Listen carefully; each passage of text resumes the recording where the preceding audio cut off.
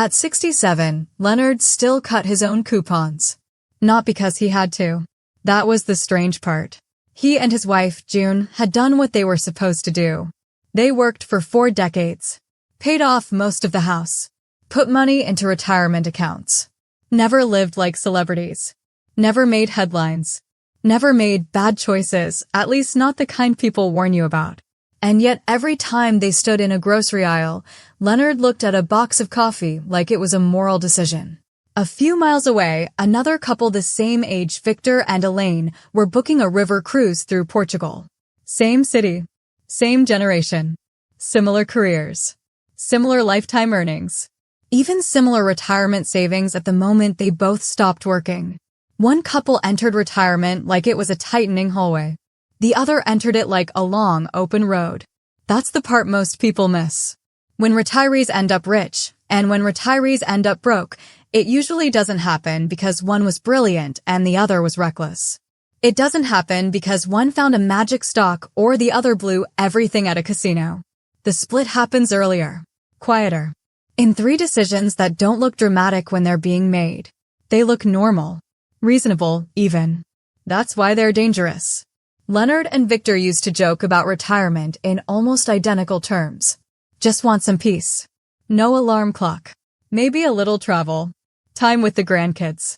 If you heard them 10 years before retirement, you'd think they were describing the same future.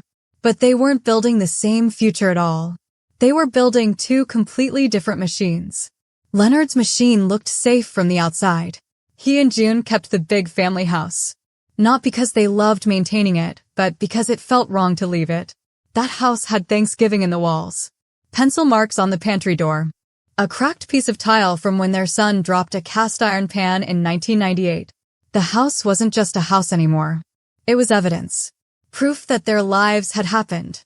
And people do strange things when money gets attached to proof. So they stayed. They stayed with the property taxes, the insurance, the repairs, the empty bedrooms, the yard nobody enjoyed anymore, and the quiet monthly leak that didn't feel like a leak because it was tied to memory. Then Leonard retired the minute he could because he was tired. Deeply tired. The kind of tired that makes "I deserve to stop" sound like wisdom. And maybe it was. But retirement doesn't care what you deserve. It only cares what the numbers and your behavior can survive. Victor and Elaine were tired too. They just made a colder decision. About 2 years before retirement, they asked a question that sounded almost disrespectful. What if the house is the problem? Not the mortgage. Not the market. The house itself. Not because homes are bad investments. Not because sentiment is foolish. But because retirement punishes fixed costs. It punishes obligations that keep showing up regardless of whether the market is up, whether you slept well, whether inflation jumped again, whether your knee needs surgery, whether your daughter needs help, whether life got more expensive while your income got more fragile. That was the first decision. Not how much money they had. What shape their life would take once paychecks stopped. Most people think retirement wealth is about asset size. It's often more about expense shape. Leonard and June retired with a little over $1 million between savings and investments, plus the house. On paper, that sounds solid. More than solid to many people. Respectable. Secure. The kind of number that makes outsiders assume the hard part is over. But the house kept demanding tribute. A roof quote became a gutter job, which became tree removal, which became a plumbing issue, which became, while we're at it, and because the house was large, every problem was large. Every contractor conversation had 4 digits in it before anyone even sat down. Victor and Elaine sold theirs. Not because they were forced to. That matters. They sold it while they still had leverage, energy, and clear thinking. They moved into a smaller place with lower taxes, less maintenance, and something retirees almost never talk about with enough seriousness: easier cash flow. Their life became lighter before it became fragile. That's what wealthy retirees do differently. They don't just chase returns. They reduce drag. There's a difference. A lot of people spend their working lives proving they can carry weight. Big house. Nice car. Helping everyone. Hosting holidays. Being the reliable one. But retirement is the phase of life where strength stops looking like carrying more and starts looking like needing less. That shift bruises people. Leonard felt it. Not financially at first. Psychologically. Downsizing felt like shrinking. Like sending a message to the world that the best part was over. So he protected the image of the old life, and in doing that, he made the new life more expensive than it needed to be. That's the first decision that separates rich retirees from broke ones, whether you build retirement around memory or around mobility. Memory is beautiful. Mobility pays the bills. And the second decision is even more dangerous because it hides inside a sentence almost everyone says with pride. I'm retiring early. Early retirement sounds like victory. Sometimes it is. Sometimes it's a well-earned escape from work that has taken enough from you. But sometimes early retirement is just a delayed financial wound wearing a freedom costume. Leonard stopped at 62. The day felt glorious. Cake in the break room. Watch from the team. Smiling photos. June cried in the parking lot because they'd made it. Then the machine turned on. No more paycheck. Social Security claimed early. Investments tapped sooner. More years to fund. More years for inflation to do its quiet work. More years for health costs to creep in. More years for the market to matter at exactly the wrong moments. People imagine retirement as one decision made on one day. It's not. It's a long chain reaction. The age you stop earning changes everything downstream. Victor understood something Leonard didn't want to hear. There is a huge difference between retiring from your career and retiring from usefulness. He left his main job at 65, but he didn't fully shut off income. He consulted a few months a year. Nothing heroic. Nothing exhausting. Enough to cover travel, ease pressure on withdrawals, and let the portfolio breathe.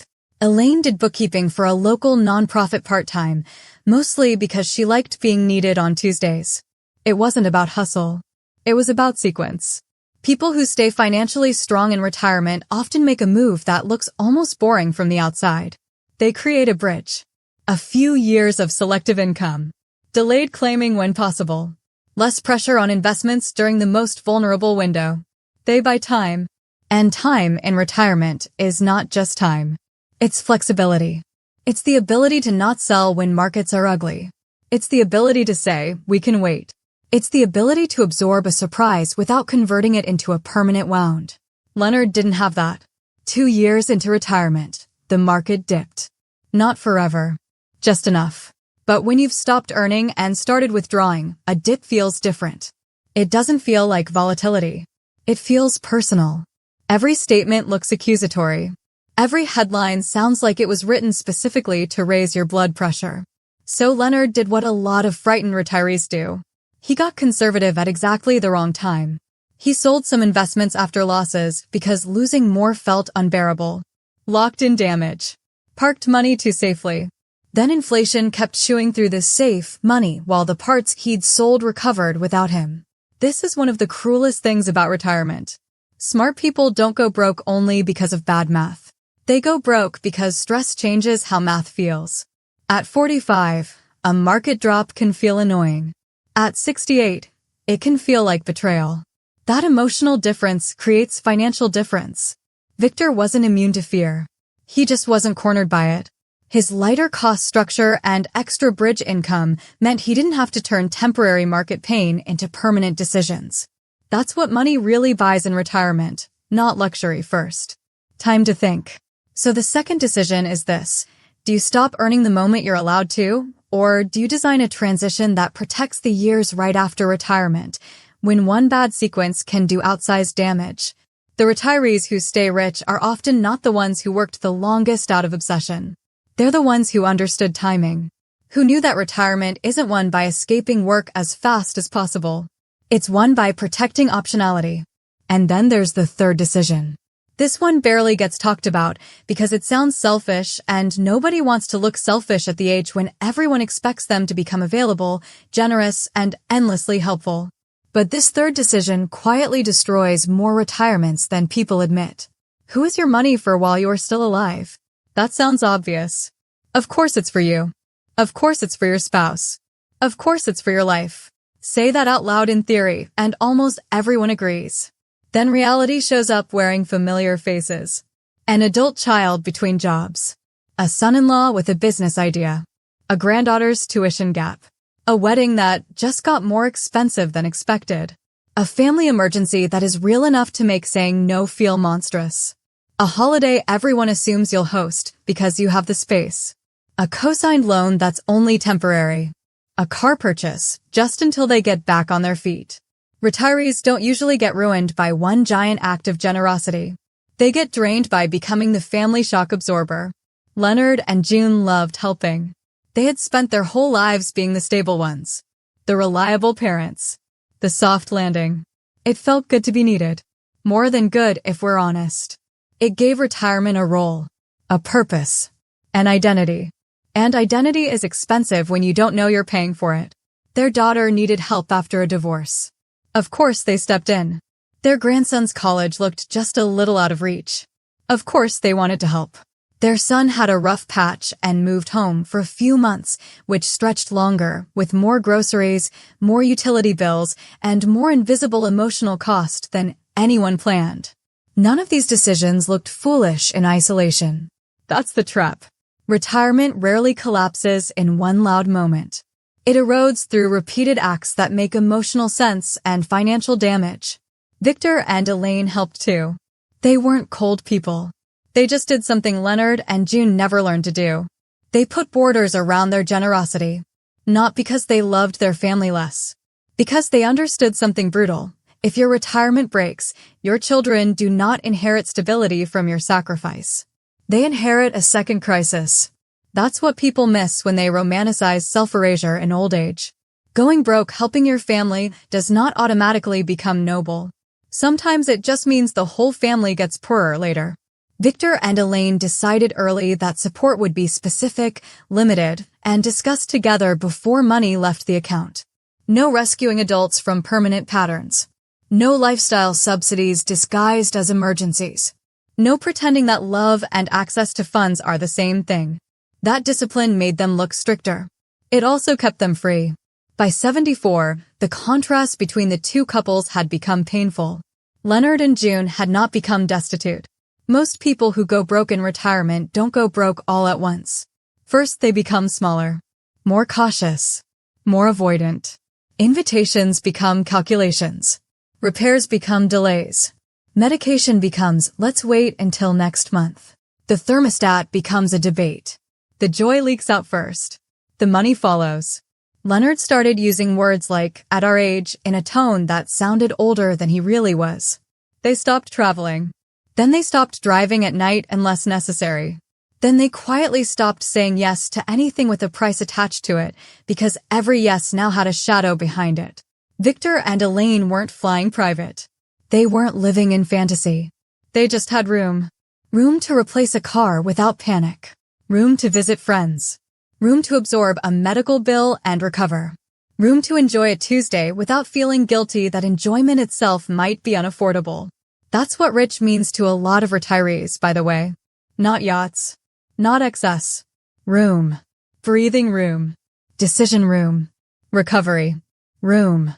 The ability to remain generous without becoming fragile. The ability to remain calm when life behaves like life. And here's the most uncomfortable part. If you asked Leonard years earlier whether he was making dangerous decisions, he would have said no. He would have said he was honoring his home, claiming the retirement he earned, and helping his family. All admirable. All understandable. And in the wrong configuration, all capable of slowly bankrupting a person. This is why the split between rich retirees and broke retirees confuses so many people from the outside. The broke retiree often doesn't look reckless. He looks decent, loving, proud, tired. He looks like someone who made normal choices in a culture that never taught him how expensive normal choices become after paychecks stop. The rich retiree often doesn't look flashy either. She looks modest, careful, maybe even slightly boring. But behind that ordinary surface is something powerful. She made peace with smaller ego costs in exchange for larger financial freedom. She let go of the oversized house before it became a trap. She treated retirement timing like strategy, not fantasy. She loved her family without turning herself into a private bailout fund. Those are the 3 decisions. And none of them are really about money alone. They're about identity. Can you separate your memories from your overhead? Can you separate your exhaustion from your timing? Can you separate your love from your rescuing? That's the deeper divide. Money problems in retirement are often identity problems with numbers attached. Because this phase of life asks a brutal question that the working years let you postpone. Who are you when performance stops, when appearances matter less, and when every fixed cost you built begins asking to be fed by a smaller, more vulnerable stream of income? Some people answer that question honestly. Others keep financing the old version of themselves until the math revolts. Leonard eventually understood it, but understanding something late is its own kind of grief. At 76, after a health scare and a pile of bills that made the decision for them, he and June finally sold the house. He stood in the empty living room on the last day and looked strangely relieved. Not happy, not sentimental, relieved. As if he had been carrying something for years and only realized the weight after setting it down. That may be the saddest pattern of all. So many retirees think freedom will come from holding on. Sometimes it comes from release. From making a few decisions that bruise the ego but save the future. From realizing that retirement is not a reward ceremony. It is an ecosystem. Every choice touches every other choice. Housing touches cash flow. Timing touches withdrawals. Generosity touches longevity. And longevity, whether we like it or not, changes the price of everything. The people who stay rich in retirement are usually not the people who guessed the market best. They're the ones who understood the season they were entering. A season where flexibility beats prestige. Where lower fixed costs beat bigger stories. Where a little continued income can be worth more than a lot of forced optimism.